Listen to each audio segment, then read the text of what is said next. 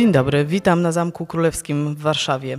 Ja nazywam się Alicja Jakubowska, jestem kustoszem zbiorów malarstwa na zamku, a przy okazji także kuratorką wystawy Włoskie Widoki Van Vitela. Naszemu pokazowi towarzyszy dodatkowy program, między innymi wykłady, które można oglądać online. Dziś spotkanie z Van Vitelem, z jego twórczością, które zatytułowałam Twórczość Haspara, czytając poprawnie, Van Vitela, między dokumentem a wrażeniem. Jako kuratorka wystawy chciałabym dać słowo wstępu, jeżeli chodzi o stworzenie tego pokazu, bo to, że on się znalazł na zamku, jest absolutnie nieprzypadkowe. Przypominam, że tuż obok, tuż za ścianą wystawy Włoskie Widoki Van Vitela znajduje się wspaniałe pomieszczenie. To jest tak zwana sala Canaletta. To jest miejsce bardzo szczególne w zamku. Całe ściany tego pokoju udekorowane są obrazami Bernarda Bellotta, nadwornego malarza Stanisława Augusta. Być może pamiętają Państwo, ale warto to przypominać i cały czas o tym mówić. To jest niezwykła seria ponad 20 obrazów, które pokazują Warszawę taką, jaką była za czasów panowania Stanisława Augusta. I pokażę zbliżenie jednego z tych dzieł. To jest ulica Miodowa. Takie są właśnie obrazy Bellotta. Pokazują ważne miejsca Warszawy, pokazują pałace, pokazują kościoły, place i ulice, ale to nie są puste przestrzenie. One są pełne życia, one są pełne życia codziennego. Bernardo Bellotto bynajmniej nie fantazjował. Celowo nie opróżniał ulic albo celowo ich nie zapełniał jakimś dziwnym tłumem ludzi. To jest życie codzienne. Zobaczymy na obrazach Bellotta zarówno bogate karety, jak i ubogich żebraków. Życie Warszawy w całym jej spektrum. No ale właśnie, być może Bernardo Bellotto malowałby inaczej, być może jego twórczość byłaby nieco inna, gdyby nie Haspar van Vitel. Chciałam jeszcze pokazać, zanim przejdę do już właściwego tematu naszego spotkania, jeszcze tutaj przykład innej pracy Bernarda Bellotta, żeby pokazać, że on był nie tylko twórcą tej jednej serii, on był znakomitym portrecistą miast. Tutaj pokazuje w tej chwili ruiny Forum Romanum w Rzymie, tych sławnych pozostałości starożytnego Rzymu, bo tam Bernardo Bellotto zawędrował z rodzinnej Wenecji, podróżując razem ze swoim wujem Antonio Canalem, którego obraz pokazuje w tej chwili. To jest sławny plac, rzymski plac, Piazza Navona, który do dziś cieszy się bardzo dużą popularnością. Tam są te wspaniałe fontanny. Odniosę się jeszcze do Bernarda Bellotta i Canaletta może jeszcze później, ale chciałabym już przejść do Haspara van Vitela. To jest bohater naszego spotkania. Tak się przedstawia jego podobizna namalowana ręką jego syna, utalentowanego również artysty Luigiego Van Vitellego. Już widzicie Państwo, jego nazwisko jest zwłoszczone w stosunku do nazwiska ojca. To jest przykład sztuki Van Vitela.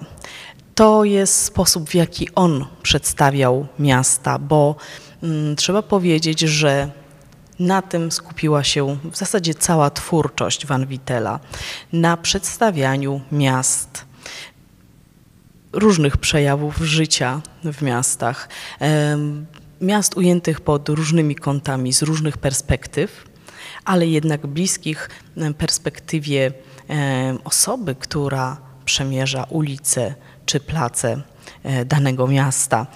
Tu akurat przykład widoku przykład obrazu Widok Tybru w Rzymie z Kunsthistorisches Muzeum, bo obrazy Van Wittela znajdują się w wielu znakomitych kolekcjach europejskich, właśnie między innymi w Kunsthistorisches Muzeum, ale także w Madrycie, w Prado, tudzież w Galerii Colonna w Rzymie, w bardzo istotnym dla Van Wittela miejscu.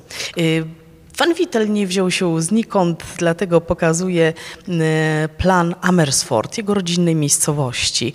Warto pamiętać o tych jego holenderskich czy też niderlandzkich korzeniach. Amersfoort położony jest koło Utrechtu i tutaj dobrałam plan z momentu, kiedy Van Vittel się urodził, bo urodził się około połowy XVII wieku. Niedokładnie tutaj jesteśmy w stanie dziś stwierdzić na podstawie zachowanych dokumentów, kiedy to było. To jest niesamowite i zawsze napełnia mnie takim zdumieniem, bo to są przecież też czasy, w których jeszcze żył Rembrandt. Jeszcze żył, miał się całkiem dobrze, tworzył w Amsterdamie. Co więcej, znał rodzinną miejscowość Van Wittela, Amersfoort, bo przez nią pewnego razu przejeżdżał. Wspaniałą pamiątką po tej podróży jest rysunek Rembrandta. Dodam, że publikujemy go w katalogu wystawy włoskie Widoki Van Wittela. Warto do niego zdecydowanie zajrzeć i jeszcze nie raz będę do tego namawiać. Tak więc Caspar van Vittel, Holender, który kształcił się na miejscu, lokalnie, właśnie w Amersfoort. Miał to szczęście, że żył tam bardzo sprawny malarz, Matthias Wittos, który specjalizował się właśnie w tego typu widokach. Przedstawiam tutaj martwą naturę, vanitas na tle krajobrazu. Specjalizował się w martwych naturach, w takich bliskich ujęciach ukazanych w takiej płytkiej przestrzeni, dopiero gdzieś tam za nimi się krajobraz rozwija. Ale co ciekawe, Matthias Wittos potrafił malować też tego typu obrazy i to jest wspaniała panorama jego rodzinnej miejscowości, jednocześnie rodzinnej miejscowości Van Wittela, Amersfoort, dzieło prawie 4-metrowej szerokości. Stworzone tuż w przededniu, można powiedzieć, najazdu francuskiego na północne Niderlandy, które zmusiły obu artystów, zarówno Caspara van Wittela, jak i jego nauczyciela Matthiasa Wittosa, do tego, żeby opuścić rodzinną miejscowość, przenieść się w inne miejsce.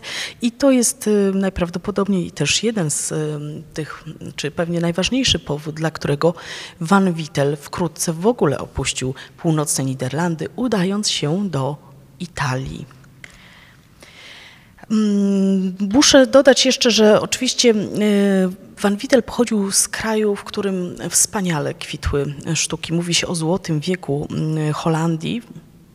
Cały XVII wiek się zwykło określać tym mianem, jeżeli chodzi właśnie o północne Niderlandy.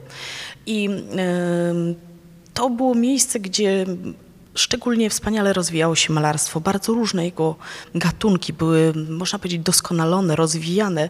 Artyści się niesamowicie specjalizowali. Niektórzy malowali prawie wyłącznie wybrzeża morskie, inni znowu zajmowali się przedstawianiem tylko martwych natur i to na przykład tylko martwych natur kwiatowych. Konkurencja na rynku była bardzo duża, popyt też był duży. Do Holandii przyjeżdżali również miłośnicy sztuki spoza jej granic, więc było to miejsce, które bardzo sprzyjało rozwojowi, doskonaleniu się malarstwa, także doskonaleniu się malarstwa pejzażowego. I tutaj przedstawiam jeden, no chyba, jeżeli nie jeden z najlepszych, to nawet może najlepszy przykład. Wspaniały widok namalowany przez Johannesa Vermeera, widok Delft. Zaznaczam, nie sugeruję tu bynajmniej jakiegoś bezpośredniego połączenia między Van Vittelem i Vermeerem. Chcę tylko zasygnalizować jakby ogólną atmosferę i tą, można powiedzieć, przychylność, popyt społeczeństwa holenderskiego, tego powiedzmy stosunkowo zamożnego, na kupowanie tego typu dzieł, chociaż od razu muszę skorygować samą siebie, ponieważ tutaj w przypadku kupowania dzieł sztuki Holandia znajdowała się rzeczywiście na czele Europy i nawet osoby należące do niższych warstw społeczeństwa było stać na kupowanie obrazów. One były uważane za wręcz niezbywalny element wnętrz. Oczywiście nie każdego było stać na Rembrandta czy Vermeera, to musimy być tego świadomi, niemniej jednak jakby obrazy funkcjonowały w powszechnej świadomości. I tak ukształtowany Vermeer, Van Wittel wyruszył do Italii. Jechał do Rzymu, wiedział gdzie jechać. Po pierwsze jego mistrz Vitos był w Rzymie wcześniej, w latach właśnie mniej więcej tuż przed urodzinami czy narodzinami Van Wittela. Tam zyskał nawet pewną popularność, cieszył się pewnym patronatem, kardynalskim patronatem. Co więcej, w Rzymie istniało już od iluś lat stowarzyszenie Bentvueghels, które można przetłumaczyć z niderlandzkiego jako pierzaste ptaki. Mówiono też o nich Schildersband, klika artystów. To było takie stowarzyszenie dosyć nieformalne, które zrzeszało artystów pochodzących z różnych części Niderlandów, i z Flandrii, z tej południowej części, i z Holandii, czyli północy. I ono działało przez około 100 lat i służyło wsparciem, no cóż, nie spodziewajmy się tutaj jakichś wielkich celów. Cele były przede wszystkim towarzyskie. Oczywiście artyści, którzy przyjeżdżali z północy, z Niderlandów, znajdowali w tym stowarzyszeniu też pewne wsparcie oczywiście. Mogli używać swojego rodzimego języka i powoli jakby wdrażać się w życie Rzymu, wdrażać się w to, jak funkcjonuje tam rynek sztuki i tak dalej. Tutaj szkic, który pokazuje członków Bentvueghels w rzymskiej tawernie, namalowany przez Pietera van Liera, jednego z nich. Tutaj już pokazuje dzieło Van Wittela, Rzym, Piazza Navona. Właśnie w tej okolicy rozpoczynał swoją karierę, bo tuż nieopodal mieściła się galeria, a jednocześnie warsztat, który prowadził Pellegrino Peri, genueński handlarz dzieł sztuki. I na początku swojego pobytu w Rzymie, no może nie na samym początku, ale to były jednak pierwsze lata, Van Wittel podpisał kontrakt na wyłączność właśnie z Pellegrino Perim, malował dla niego, kopiował również dzieła innych twórców. Ponieważ miejsce to było odwiedzane przez zamożną klientelę, tą drogą wydaje się, że właśnie Van Wittel jego talent został dostrzeżony i markiz Sacchetti zaproponował bardzo dobrą pracę Van Wittelowi, ponieważ zaoferował mu mieszkanie w swoim pałacu, możliwość tworzenia i to bynajmniej nie jak Pellegrino Peri, tylko na wyłączność, tylko dla niego samego markiza, ale Van Wittel miał absolutną swobodę twórczą. To, co pokazuje, to jest obraz, który pochodzi z kolekcji prywatnej i który prezentujemy na wystawie. I kiedy patrzymy na to dzieło, ono jest bardzo takie, powiedzielibyśmy, klasyczne. Mamy tutaj zbieg linii perspektywicznych, bardzo taki, można powiedzieć, ta kompozycja nie jest jakoś wymyślona, wyszukana. Tutaj Van Wittel nie szuka jakichś szczególnych ujęć. Pokazuje Piazza Navona w taki sposób, powiedzmy, stosunkowo obiektywny. Ale artysta ten potrafił też dokonać tego typu rzeczy. Tutaj mamy widok Rzymu, uwzględniający też Villa Medici, sławną Villa Medici. Pokazuje ten obraz z jednej strony dlatego, że należy do zbiorów Muzeum Narodowego w Warszawie i to jest jedyny obraz Van Wittela w Polsce. Druga rzecz jest taka, że chciałam zwrócić uwagę na pięknie rozwiązaną kolorystykę, pięknie zharmonizowane kolory, bardzo takie ładne ujęcie tej willi Medici, bo ona nie jest pokazana jakoś właśnie tak banalnie, nazwijmy to tak jak przed chwilką widzieliśmy Piazza Navona od frontu. Tutaj Caspar van Wittel zastosował już nieco bardziej złożoną kompozycję i pokazuje ją od strony podjazdu, jeżeli tak można powiedzieć, od strony prowadzącej do niej drogi. Tu, gdzie się znajduje punkt widzenia, gdzie teoretycznie znajdowałby się artysta, czy my teraz w jego miejscu, nazwijmy to, stoimy, patrząc na Villę Medici. Tu teraz znajdują się schody hiszpańskie.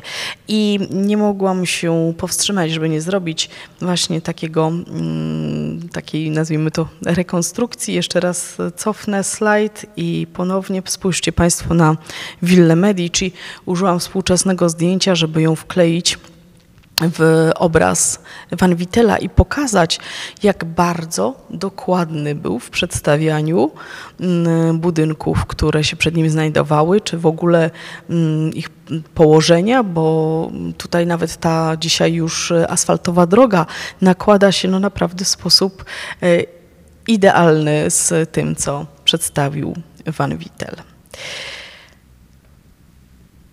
Kolejny obraz, czy dzieło, które pokazujemy na wystawie, to Neapol Darsena. Darsena to po włosku dok.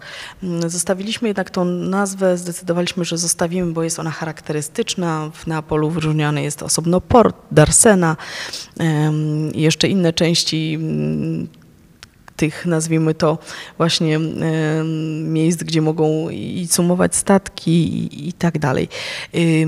Wracając jednak do samej pracy, no właśnie pracy, bo to jest, uwaga, tempera, czyli mamy tu do czynienia z innym medium, które daje właśnie to, co Państwo widzą, ten efekt pewnej takiej suchości, takiej, no nie ma tutaj tej głębi kolorystycznej, którą dają, tego nasycenia, które dają farby olejne, to co widzieliśmy w Willi Medici przed chwileczką. No inaczej się też tą farbę kładzie, co jest, myślę, dobrze widoczne w partii nieba. Ona pozwala na oddanie pewnych detali, których tutaj jest bardzo dużo. Natomiast to, na co chciałam zwrócić uwagę, przed chwilką wygłosiłam pean na cześć Van Wittela, jeżeli chodzi o jego dokładność, umiejętność przedstawiania budynków w ich proporcjach, umiejscowieniu i tak dalej. Natomiast kiedy patrzymy na Darsenę i naprawdę chwilkę się zastanowimy nad tym widokiem i chwilkę nad nim, chwilkę go pokontemplujemy, to nawet nie mając jakiejś szczegółowej wiedzy, myślę, że zauważymy to, że to przedstawienie ma pewien taki charakter panoramiczny. Myślę, że że na to uwagę przede wszystkim zwraca ten budynek znajdujący się, niski, prawie że parterowy budynek znajdujący się po lewej stronie, który ukazany jest pod takim szerokim, otwartym kątem, on otwiera nam kompozycję. I również to ustawienie budynków, które się znajdują jakby na wprost, widzę już za dokiem, za Darseną. Widać ich trochę takie odwrócone wachlarzowe rozłożenie.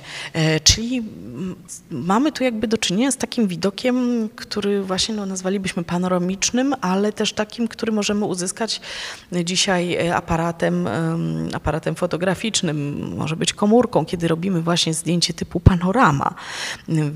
Wiemy, że to jest widok, który pozwala na zmieszczenie w jednym ujęciu bardzo wielu elementów i daje też takie poczucie bycia w tej przestrzeni, ponieważ normalnie ten widok Darseny byłby pewnie dużo bardziej taki ograniczony, jeżeli chodzi o pole widzenia, byłby tylko wycinkiem tej kompozycji. Tymczasem ewidentnie Van Wittel musiał, czy chciał zmieścić w tym jednym widoku bardzo wiele budowli, bo to jest to prezentowane miejsce rzeczywiście jest szczególne. Tutaj mamy nagromadzenie najważniejszych budynków, idąc od lewej Pałac Królewski, potem Arsenał i nieco bardziej z lewej strony, chociaż też bliżej środka, zamek z charakterystycznymi takimi okrągłymi, jeżeli tak mogę powiedzieć, wieżami. W tle tle na wzgórzu piętrzy się forteca i klasztor świętego Marcina, więc wszystko w jednym. Będę jeszcze o tym wspominać, dlaczego właśnie tak, a nie inaczej Van Vittel malował. Zwracam uwagę na mnogość detali, o czym już zresztą wspomniałam. Tutaj bardzo jest rozwinięty pierwszy plan. Pod tym kątem mamy ludzi różnych stanów, mamy kobiety zajmujące się praniem, mamy chłopca, który gotuje coś na ogniu, mamy ludzi, którzy po prostu się przechadzają, mamy wreszcie tych, którzy no, wykonują prace związane z po prostu prace portowe. Pokazuję teraz slajd, który na tym slajdzie przedmiot, który bynajmniej nie jest pokazywany na naszej wystawie. Widzą Państwo, że to jest zdjęcie czarno-białe. Używam tego slajdu świadomie. Wiem, że pokazał go w czasie swojego wykładu profesor Jerzy Miziołek. To jest bardzo piękny wykład i bardzo zachęcam do jego obejrzenia. Również jest publikowany na stronie zamku. Wykład oczywiście dotyczący twórczości Haspara van Vittela. I teraz oczywiście nie mogę o tym nie wspomnieć. To jest kamera obscura. Prototyp dzisiejszego aparatu, nawet ten kształt myślę, że jest bardzo analogiczny. Skrzyneczka zaopatrzona w system soczewek, które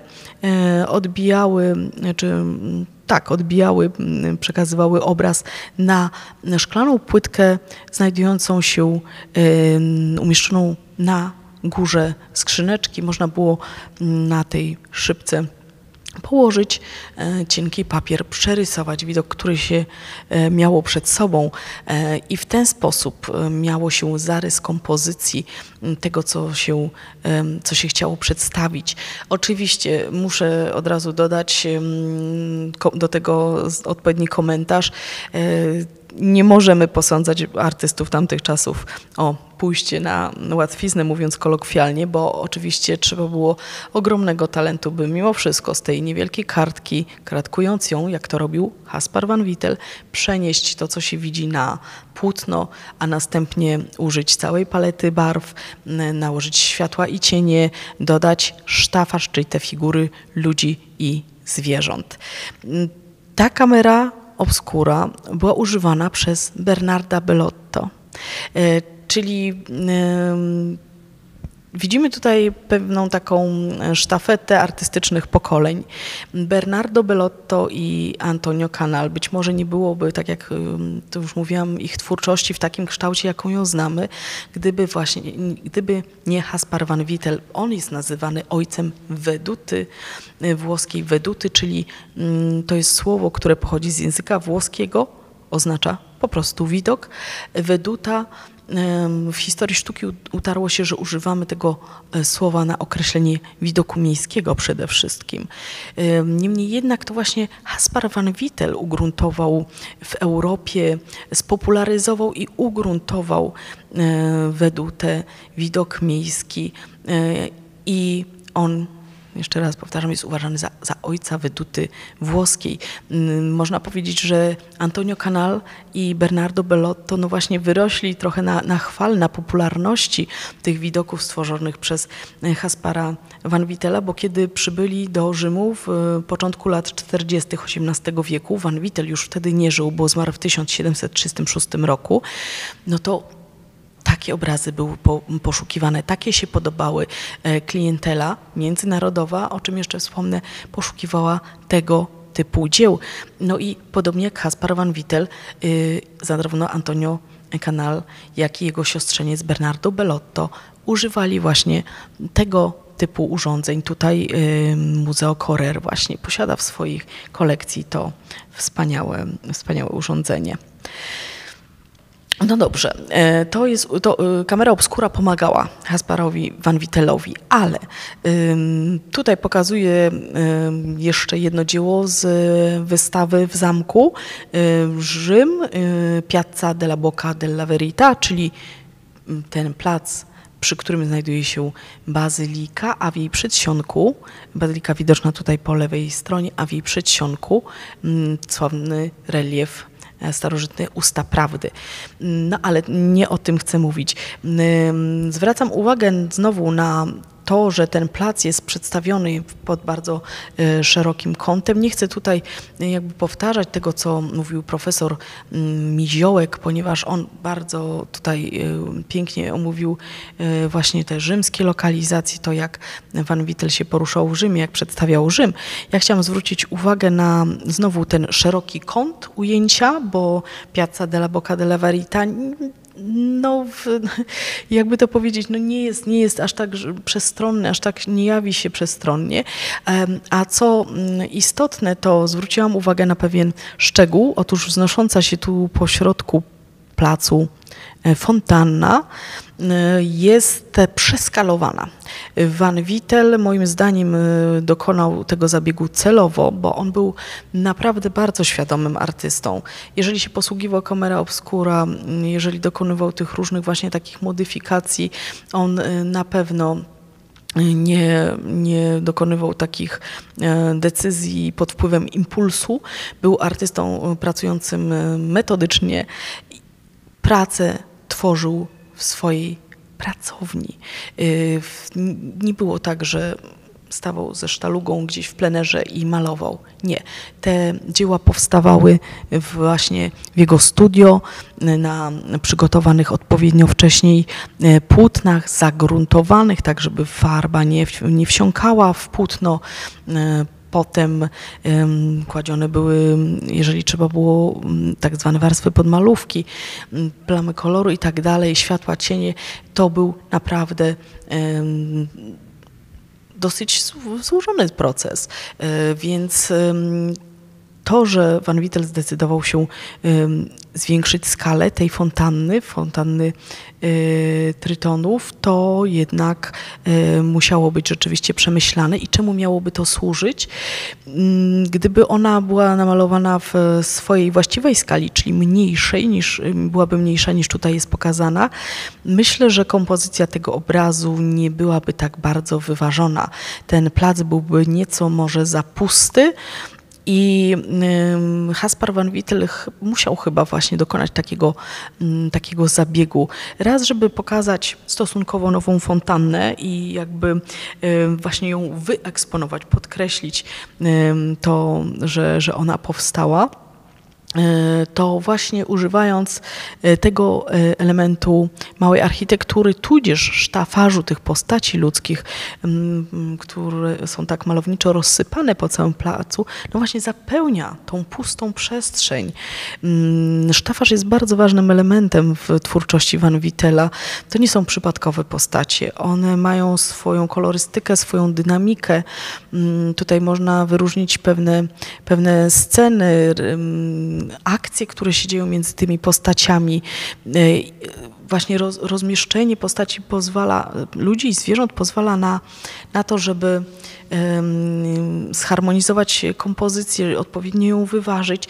I od razu też dodam, że Van Vittel nie powtarzał tych sylwetek, co się zdarzało w kompozycjach wielu artystów nowożytnych, że także właśnie, a może przede wszystkim jego artystów rodzimych, artystów niderlandzkich, że często w tych pracach, powiedzmy w przedstawieniach zimowych ślizgawek, niejednokrotnie spotykamy postaci, które się powtarzają.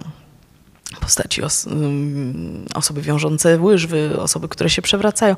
Gdzieś tam to można taki można powiedzieć, wzór odnaleźć. U Van Vittela jest inaczej, dużo bardziej ambitnie. I tutaj dzieło, które będzie przyczynkiem teraz do tego, żeby troszkę tą dokładność, mit Van Vittela jako artysty, który doskonale przedstawiał rzeczywistość w sposób dokładnie zgodny z topografią danego miejsca, troszeczkę ten mit jednak zaburzę. co nie znaczy, że Van Vittel nie był wielkim artystą, bo zdecydowanie naprawdę był znakomity. Neapol, grota w Posillipo, to jest dzisiaj część, Posillipo jest częścią Neapolu i tutaj jest praca, której zapisałam wymiary, 60 cm wysokości, bo chcę pokazać, za chwilę będę pokazywać jeszcze inne prace, że Van Vittel tworzył w bardzo różnej skali te dzieła. To jest nazwane, jest to miejsce grotą, ale w rzeczywistości jest to tunel skonstruowany w czasach starożytnych przez Rzymian i w wieku XVIII to było miejsce chętnie odwiedzane właśnie, bo podziwiano ten tunel jako no właśnie takie osiągnięcie inżynieryjne starożytnych Rzymian. Co więcej, u wlotu do tego tunelu nieco trudno to zobaczyć wśród tej roślinności, która porasta skały na lewo od tunelu. Znajduje się taki niewielki kopczyk. To jest starożytny grobowiec, tradycyjnie nazywany, bo nie jesteśmy tego w stanie stwierdzić, grobowcem Wergiliusza. I to też właśnie to był też ten element, można powiedzieć, tego miejsca, który przyciągał podróżników.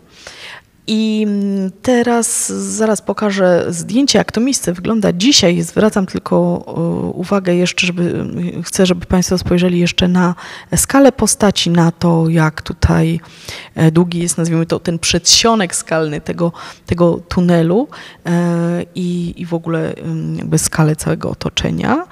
No właśnie, i to jest zestawienie z dzisiejszym wyglądem tego miejsca. Widzimy, że Van Vittel jak najbardziej zachował tutaj proporcje, kształt tego wlotu, to mu się naprawdę bardzo, bardzo chwali. Jeszcze tutaj zdjęcie dzisiaj nieco z oddalenia widzimy, że tutaj ten teren cały jest bardzo, bardzo zarośnięty. I jeszcze dwa ujęcia, na których dużo lepiej jest widoczny ten tak zwany grobowiec Wergiliusza. I pokazuję kolejną wersję tego samego miejsca namalowaną przez Van Vittela. Obraz, który był wystawiany na sprzedaż w Doroteum, domu aukcyjnym Doroteum w tym roku. Od razu powiem, że Van Vittel, jeżeli dany widok się podobał, to tworzył czy jego repliki, czy kolejne wersje. Nieraz mogło tych wersji powstać powiedzmy 10, więc proszę się nie dziwić, że pokazuję tutaj jeszcze jedną grotę, która tutaj na stronie Doroteum, muszę to skorygować, została nazwana grotą w Pozzuoli. No, to jest pewna, znaczy dla mnie to nie jest zagwozdka, ale muszę to wszystko skorygować, bo w okolicach Neapolu znajduje się taki grot, przynajmniej znajdują się jeszcze dwie. Czasem są w literaturze mieszane, mylone, ale to jestem pewna, że Van Vittel malował grotę w Posillipo i przy tym zostańmy. Tutaj widzimy na tym obrazie, że tutaj nazwijmy to, ten kontrast zwarcia tego niewielkiego wąwozu prowadzącego do tunelu jest jeszcze większy. Więc widzimy, że Van Vittel dokonywał pewnych korekt w obrębie też tych swoich własnych prac. Nie wiem, czy sam siebie poprawiał. Raczej nie. Znowu to było obliczone na pewien efekt. Spojrzę jeszcze na następny slajd. No właśnie. Tutaj przedstawiam rysunek Van Vittela. On znajduje się w National Museum of Art w Waszyngtonie i to jest przepiękne dzieło, które pokazuje, jak tutaj zaledwie przy użyciu pióra i takiego cieniowania, mówimy lawowania, tuszem Van Vittel był w stanie uchwycić rozsłoneczniony widok niewielkiej miejscowości Tivoli, położonej pod Rzymem, odwiedzanej bardzo chętnie ze względu na swoje malownicze położenie i liczne wodospady. I no właśnie, rysunki były niezwykle ważne w twórczości Van Wittela. O tym mówi znowu prelegentka Karolina Kowalczyk-Trupiano i wykład również polecam obejrzeć. Jest dostępny na naszej stronie. Wykład jest w języku włoskim, ale tłumaczenie jest polskie, więc skorzystają zarówno osoby, które się posługują jednym, jak i drugim językiem. Rysunki były bardzo ważne. Caspar van Wittel nie spędził swojego całego życia w Rzymie. Podróżował, objeżdżał okolice Rzymu, udawał się w różne inne miejsca, zawitał nawet do Wenecji, sportretował Lago Maggiore, Florencję, a również Neapol. I oczywiście jest to banał. Nie miał Dobrze, mógł posługiwać się kamera obscura, ale nie miał narzędzia, które by mu pozwoliło na zachowanie momentalne tych widoków. Nie miał żadnych aparatów przecież fotograficznych. On musiał to wszystko zanotować, narysować. I rysunki pełniły właśnie kluczową rolę, bo tak jak tutaj Państwo widzą, ten rysunek jest pokratkowany, już o tym mówiłam. Później ten schemat kompozycyjny był przenoszony na płótno, co oczywiście nie zwalniało Caspara van Wittela z tego, żeby jeszcze właśnie uzupełnić kolorystycznie tą kompozycję. On musiał mieć też znakomitą pamięć. No i właśnie, pamięć. To jest bardzo ważne słowo w kontekście naszego spotkania i tych wrażeń, które są również w tytule. Otóż Van Wittel, owszem, odwiedzał wspomniane przeze mnie miejsca, sporządzał szkice, rysunki, ale wszystkiego zupełnie zapamiętać się przecież nie dało. Tak jak też już mówiłam, niejednokrotnie tworzył wiele wersji danego widoku, jeżeli znajdował popyt wśród klienteli, zainteresowanie klientów. I tu jest właśnie jakby clou całej sprawy, bo malując z pamięci,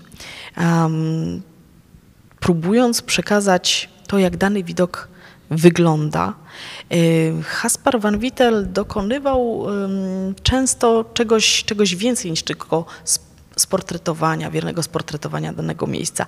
On dołączał do tego pewne wrażenia. Po powrocie z Neapolu, a był tam na początku XVIII wieku, dalej tworzył widoki, więc pewne rzeczy odtwarzał też niejako z pamięci. Wydaje mi się, że były to też odtwarzane pewne wrażenia i Grota w Posilipio jest tego znakomitym przykładem. Myślę, że możemy to odnieść do takich właśnie swoich osobistych doświadczeń. Ja mogę to odnieść do swoich osobistych doświadczeń. Pewne miejsca pamiętam w jakiś sposób. Miejsca, które zrobiły na mnie wrażenie, które odwiedzałam w czasie podróży.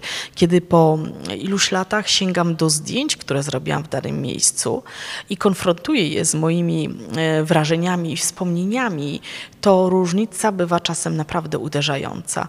Więc myślę, że to jest właśnie ten mechanizm, który tutaj się zadział w przypadku Van Wittela, ale to, jak portretował miejsca, było też wynikiem jeszcze czego innego, o czym pewnej tendencji, o której jeszcze wspomnę. Florencja, rzeka Arno w pobliżu Jazu San Nicolo. Właśnie Van Wittel próbował dać swoim, czy nie próbował, ale po prostu dawał swoim odbiorcom nie tylko widoki miejsc znanych, takich jak Piazza Navona w Rzymie. On pokazywał niestandardowe ujęcia. Tutaj mamy Florencję. Nie widzimy ani Galerii Uffizi dzisiejszej, nie widzimy florenckich kościołów, nie widzimy sławnych pałaców, Palazzo Rucellai czy Palazzo Vecchio. Nic z tych rzeczy, rzeźb Michała Anioła też nie dostrzeżemy. To jest Florencja ujęta od takiej strony bardzo codziennej, z jednej strony można powiedzieć niespektakularnej, a jednak Van Wittel potrafił można powiedzieć, zaczarować w jakiś sposób te widoki i stworzyć z nich taki rodzaj, wyprzedzając już bardzo jednak epokę, można powiedzieć, widoki typu wręcz sielankowego. To jeszcze lepiej widać na drugim z obrazów, który też pokazujemy na wystawie, Florencja, Porta Romana wraz z okolicami. Mówiłam, że Van Vittel odwiedził Neapol, był tam na zaproszenie samego wicekróla Neapolu, najprawdopodobniej z polecenia. Sława Van Vittela rozprzestrzeniała się nie tylko po Rzymie, ale po całej Italii, wędrowała dalej, bo już za życia Van Vittela sprzedawano jego obrazy na aukcjach sztuki, na przykład w Anglii, więc rzeczywiście jako artysta, jako malarz osiągnął wielki sukces. Pokazuję obraz, który widoczny jest też za moimi plecami, Neapol, Riviera di Chiaia.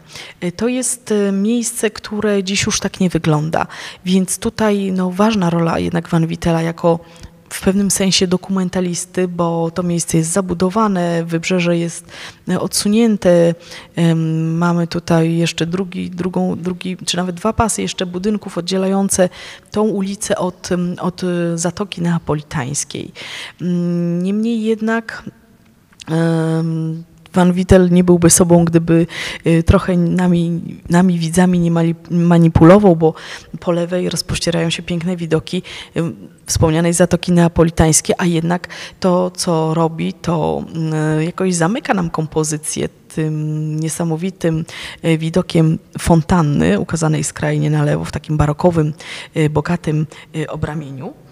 I kieruje nasz wzrok właśnie na Rivierę di Chiaia, nowo otwartą arterię komunikacyjną, która oczywiście jakoś miała się przysłużyć chwale wicekróla Neapolu, więc to też, że Van Vittel namalował właśnie to miejsce, nie było wcale przypadkowe. I wracam jeszcze do Tivoli, widzieliśmy je już na rysunku, ale tym razem na obrazie, wersja, nazwijmy to, kolorystyczna tego miejsca. I znowu ta rola Van Vittela jako dokumentalisty, bo to miejsce dzisiaj już raz, że Van Vittel swoim sposobem rzeczywiście troszeczkę, wydaje mi się, że poszerzył znowu tutaj kąt widzenia, ale z drugiej strony udokumentował resztki mostu, które tutaj może, nie wiem, czy jest to dobrze widoczne, bo obraz jest w pomniejszeniu. Najlepiej będzie, jak po prostu przyjdą Państwo na wystawę i sami go zobaczą z bliska. Na lewo od wodospadu jest fragment przęsła mostu, który się zawalił. To jest rzeczywiście taki moment dokumentacyjny, bo to przęsło nie przetrwało do dzisiaj.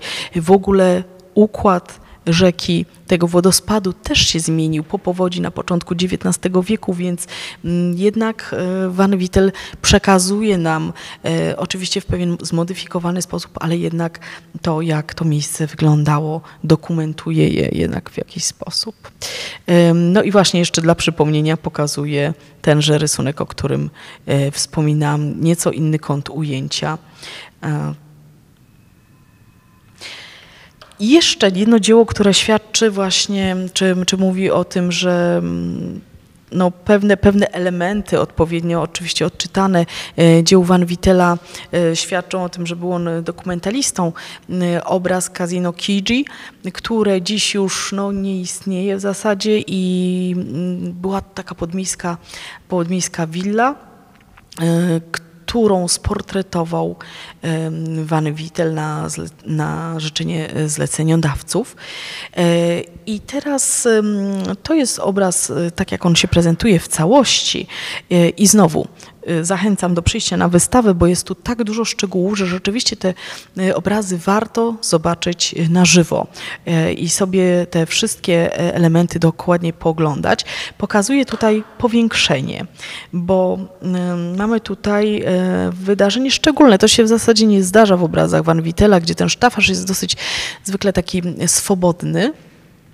Otóż mamy tutaj do czynienia z konkretnym wydarzeniem historycznym, z wizytą papieża Klemensa XI, który odwiedza tą podmiejską willę i zobaczymy tutaj zarówno jego gwardię papieską w charakterystycznych strojach, jak i samego papieża, który został ukazany przez Van Wittela na pierwszym piętrze w lewym oknie. Stąd właśnie tak starałam się tutaj dać takie właśnie powiększenia. Widok Forum Romanum, również Rzym, pokazuje ten obraz nie tylko, żeby dać Państwu przegląd tego, co mamy na wystawie, a zaznaczam, że wszystkich obrazów nie pokazuję, jednak zostawię Państwu coś do zobaczenia spoza tej prezentacji, spoza naszego spotkania. Pokazuję ten obraz, żeby powiedzieć, że Van Wittel rzeczywiście musiał być artystą ambitnym. Po pierwsze, kiedy zatrudnił się u Pellegrino Periego, biografowie twierdzą, że Van Wittel odrzucił początkowo pierwszą propozycję markiza Sacchetti, pracy dla niego i pod pretekstem tego, że chce się dalej kształcić i doskonalić swój warsztat. No i może z jednej strony można byłoby wkładać między bajki takie różne biograficzne notatki, ale jednak patrząc na dzieła Van Wittela, myślę, że jednak coś na rzeczy jest, ponieważ ten punkt widzenia, to ujęcie, które zastosował tutaj Van Wittel, no jest zupełnie takie, można powiedzieć, niespektakularne, zupełnie też takie, powiedziałabym, odmienne jakby od tych widoków, do których jesteśmy dziś przyzwyczajeni, ale też takich dyktowanych przez, można powiedzieć, przez naturę czy przez samą tkankę Rzymu, bo gdyby stanął na Wzgórzu Kapitolińskim, ten widok byłby znacznie bardziej rozległy, bardziej chyba nawet spektakularny. Tymczasem tutaj w centrum obrazu Van Wittel umieszcza takie wzniesienie terenu, pod którym oczywiście są resztki rzymskich czy budowli, ruin. Gdzieś tu ledwo na skraju, po lewej stronie znajduje się bazylika Maksencjusza. No i cóż, gdzie jest ta cała chwała Rzymu, prawda? Bardzo, można powiedzieć, właśnie zwyczajny widok i myślę, że to jest właśnie takie, no zdecydowanie oczywiście celowe, bo przecież to jest był wybór Van Wittela, żeby pokazać to miejsce właśnie w ten sposób. Podobnie jak w tym ujęciu rzeka Tyber w pobliżu Castel Sant'Angelo, miejsce, z którego maluje Van Wittel, bo ja wiem, czy ono da się zidentyfikować, można byłoby powiedzieć, że stoi na jednym z mostów. Tak, ale tych mostów wtedy nie było. Nie było mostu Vittoria Emanuela. One powstały kilkaset lat później. I tu jeszcze rzeka Tyber w pobliżu Castel Sant'Angelo. Widzimy, że Van Wittel próbował pokazywać tą budowlę z zupełnie różnych stron. Starożytne mauzoleum Hadriana. Pokazuje ten obraz, bo chce go zestawić z ujęciem bardzo podobnym, wykonanym przez Bernarda Bellotta. I zestawiam te dwa obrazy w jednym slajdzie. Co by nie mówić, no Van Wittel jednak tutaj nieco manipulował, bo wzniósł się nieco jednak ponad rzekę, wzniósł się ponad teren, tak jakby miał tam wybudowaną specjalną jakąś wieżę. I widzimy, że, przepraszam bardzo, zamieniłam podpisy, od razu mówię góra-dół. U góry mamy Van Wittela oczywiście, a u dołu Bernarda Bellotta. Bellotto jest jeszcze bliższy, idzie dalej, jest jeszcze bliższy doświadczeniu widza, chociaż i jeden i drugi nie zapominają o Bazylice Świętego Piotra, która jest jednak przez nich, myślę, że jednak ciut sztucznie wyniesiona po to, żebyśmy byli zorientowani, w którym miejscu jesteśmy i żeby jednak ten ważny jakże kościół, Bazylikę Świętego Piotra jednak pokazać.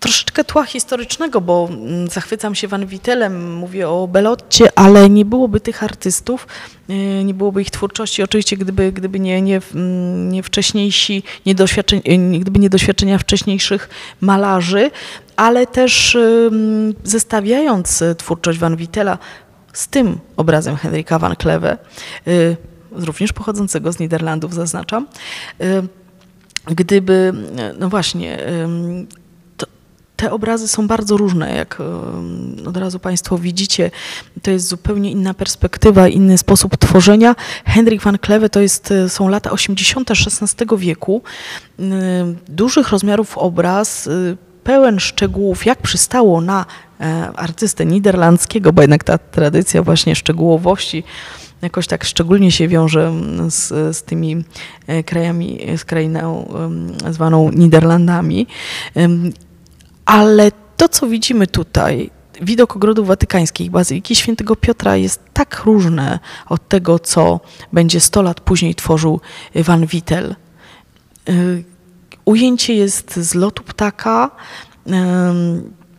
No tutaj oczywiście mamy pewną taką dokumentację, bo Bazylika Świętego Piotra ukazana po prawej stronie jest widoczna z prawej strony, ale i mamy tu do czynienia z pewną troszkę taką miniaturyzacją, ale też kiedy może przypomną sobie Państwo plan Amersfoort, rodzinnego miasta Van Vittela, ten widok ma chyba trochę więcej nawet wspólnego z planami miast niż z tym, co później prezentuje twórczość Van Vittela. Oczywiście całe rzesze artystów niderlandzkich, jeśli tak mogę powiedzieć, nawiedzały Italię i albo tu osiadały, albo byli to właśnie tacy artyści, którzy jak przelotne ptaki odwiedzali Rzym, inne miasta Półwyspu Apenińskiego i wracali do siebie na północ. Mówiłam o Bent Veuchels i tutaj Cornelis van Peulenberg był jednym z tych artystów, on jest zresztą uważany za założyciela szkoły holenderskiej italianistów, tych, którzy w ogóle zaczęli się interesować Italią i jej widokami, ale zobaczcie Państwo, że to są zupełnie inne widoki. Tutaj mamy przykład szczęśliwie z Muzeum Narodowego w Warszawie, Satyry i śpiące nimfy. To jest krajobraz, który określamy mianem, ten typ krajobrazu, mówimy o nim pejzaż czy krajobraz italianizujący. To są jakieś ogólne widoki Italii, znowu przetworzone, zakomponowane tak, żeby dać piękny efekt estetyczny. Natomiast te postaci, które tu mamy, to satyry i nimfy, to nie są ludzie, tak jak w przypadku Jaspera van Vittela, których artysta spotykał na swojej drodze. Cornelis van Peulenburg introdukuje te postaci antyczne w krajobrazy zaobserwowane przez siebie. Pieter van Lier, który portretował Rzym między innymi w ten sposób. Rzym ubogi, Rzym żebraków, włóczęgów, złodziei. Paradoksalnie te jego widoki nie są też fotografiami, już się tak dziś nie uważa. Nie można je rozpatrywać właśnie w takiej do końca kategorii dokumentacyjnej. On chciał podkreślać, wydaje się, pewne zjawiska, kłaść na nie nacisk, więc tutaj też mamy do czynienia z pewną taką jednak artystyczną manipulacją. Herman van Swanenveld i jego wspaniały widok Forum Romanum. Zestawiam go już teraz w myśli z dziełem Van Vittela, Forum Romanum, z tą no właśnie takim wzniesieniem terenu, prawda, zupełnie takim, można powiedzieć, niepoetycznym. A tutaj widok Forum Romanum, jakby właśnie ujętego od strony Kapitolu, dużo bardziej rozległy, spektakularny widok. Jednak van Swanenveld nie poszedł, że tak się wyrażę kolokwialnie, w tego typu widoki Rzymu. To jest jakby tylko część jego twórczości. Tutaj jeszcze jeden wspaniały przykład, łuk Konstantyna w Rzymie. Niewątpliwie tego typu dzieła były odniesieniem dla Van Vittela, który rozwinął tego typu, udoskonalił tego typu widoki, weduty. Swanenveld malował też widoki, krajobrazy italianizujące tego typu, właśnie takie niekonkretne, sklejone z różnych elementów, motywów, które miały tylko ewokować atmosferę słonecznej Italii. Jeszcze jeden przykład, Jan Dirks Bot i jego rozsłonecznione krajobrazy, krajobraz z poganiaczami mułów. Zdecydowanie bardziej poezja niż dokument. I podobnie jak już wcześniej pokazywany artysta, krajobraz z sądem Parysa, krajobraz italianizujący, ale z postaciami mitologicznymi, z historią wywodzącą się z mitów greckich. I jeszcze jeden przykład, krajobraz z rysownikiem. Więc widać, myślę, bardzo, bardzo wyraźnie, prawda, znaczącą różnicę między tym, co tworzył Van Wittel, jakie było jego podejście do ukazywanych widoków, z tym, co przed chwileczką tutaj w taką gamę, szybki przegląd zaprezentowałam. Jeszcze pokazuję Jana Baptiste Wenixa, bo jego przepiękny obraz mieliśmy szansę pokazywać tu na wystawie w Zamku Królewskim w Warszawie, na wystawie Świat Rembrandta, której jakby nie było, kuratorką również byłam, a to jest przewspaniałe dzieło, pochodzi z Muzeum Narodowego, ze zbiorów Muzeum Narodowego w Warszawie i chcę pokazać, że o ile mamy tutaj do czynienia znowu z takim przepięknie przedstawionym, spektakularnie fragmentem być może jakiejś świątyni, starożytnej budowli po lewej stronie, o tyle ten tytuł Pod murami Rzymu, no jednak, no właśnie, no to jest pytanie, bo po prawej stronie wydaje się rozciągać raczej wybrzeże morskie, morze, więc troszkę za blisko Rzymu. Jednak jeszcze kawałek od Rzymu do morza, jakby blisko nie było, jakby blisko nie był położony Rzym, więc znowu musimy mieć, patrząc właśnie na obrazy nowożytne, tą świadomość, że jednak zawsze jest to pewna manipulacja, kompozycja artystyczna obliczona na jakiś konkretny efekt. No i właśnie efekt. Ja cały czas mówię, że efekt, odbiorca, widz, ale przejdźmy troszkę może do większych konkretów. Dla kogo w ogóle Van Wittel te obrazy malował? To była klientela międzynarodowa, bo o ile na początku malował dla Pellegrino Periego na wyłączność, o tyle później no, ten krąg jego zleceniodawców bardzo się poszerzył. To był nie tylko markiz Sacchetti, który zaprosił go do tego, żeby mieszkał w jego pałacu, ale to były też rodziny, możne rzymskie rody, jak chociażby rodzina Colonna, która bardzo wspierała Van Wittela. Użyczony mu został powóz, żeby mógł się przemieszczać, no właśnie, sporządzać szkice, no albo po prostu zwyczajnie, żeby łatwiej było mu się komunikować i żeby miał jednak moce twórcze, żeby wykonywać zamawiane przez tą rodzinę dzieła sztuki, obrazy.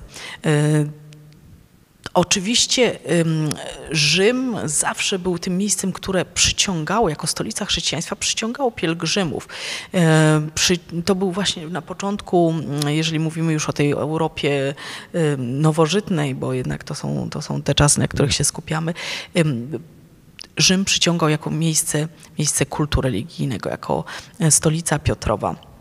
Ale im bliżej wieku XVIII, tym nie tylko Rzym, ale w ogóle Italia zaczęła coraz bardziej kusić w ogóle swoją urodą, zabytkami i coraz więcej podróżnych, zamożnych podróżnych zaczęło odwiedzać Półwysep Apeniński. To byli przeważnie młodzi mężczyźni i tak powstało zjawisko znane w historii sztuki jako Grand Tour, wielka podróż. Osoby zamożne z Anglii, z Niemiec, Francji, później także dołączyła do tego grona Polska, odwiedzały Italię, żeby uzupełnić edukację, żeby wyrobić sobie gust artystyczny, tak żeby przeżyć jednak przygody, co też było nieodłączną częścią takich podróży. Udając się do Italii, zabierano ze sobą przyjaciół, zabierano nauczycieli, mentorów, czasem artystów, nauczycieli. W drodze pisano listy, pamiętniki, które niejednokrotnie dekorowano własnoręcznie wykonanymi rysunkami lub, no właśnie, po to zabierano ze sobą artystów, żeby oni dokumentowali kolejne etapy podróży. Tak taka podróż była czymś bardzo wyjątkowym. Ona kształtowała całe życie. Zdobyte w jej trakcie, no właśnie, artefakty były pamiątkami. I tu właśnie doskonale w to wszystko wpisywała się twórczość Van Wittela, która w takim, można powiedzieć, sprzężeniu zwrotnym z tym zjawiskiem Grand Touru rozkwitła.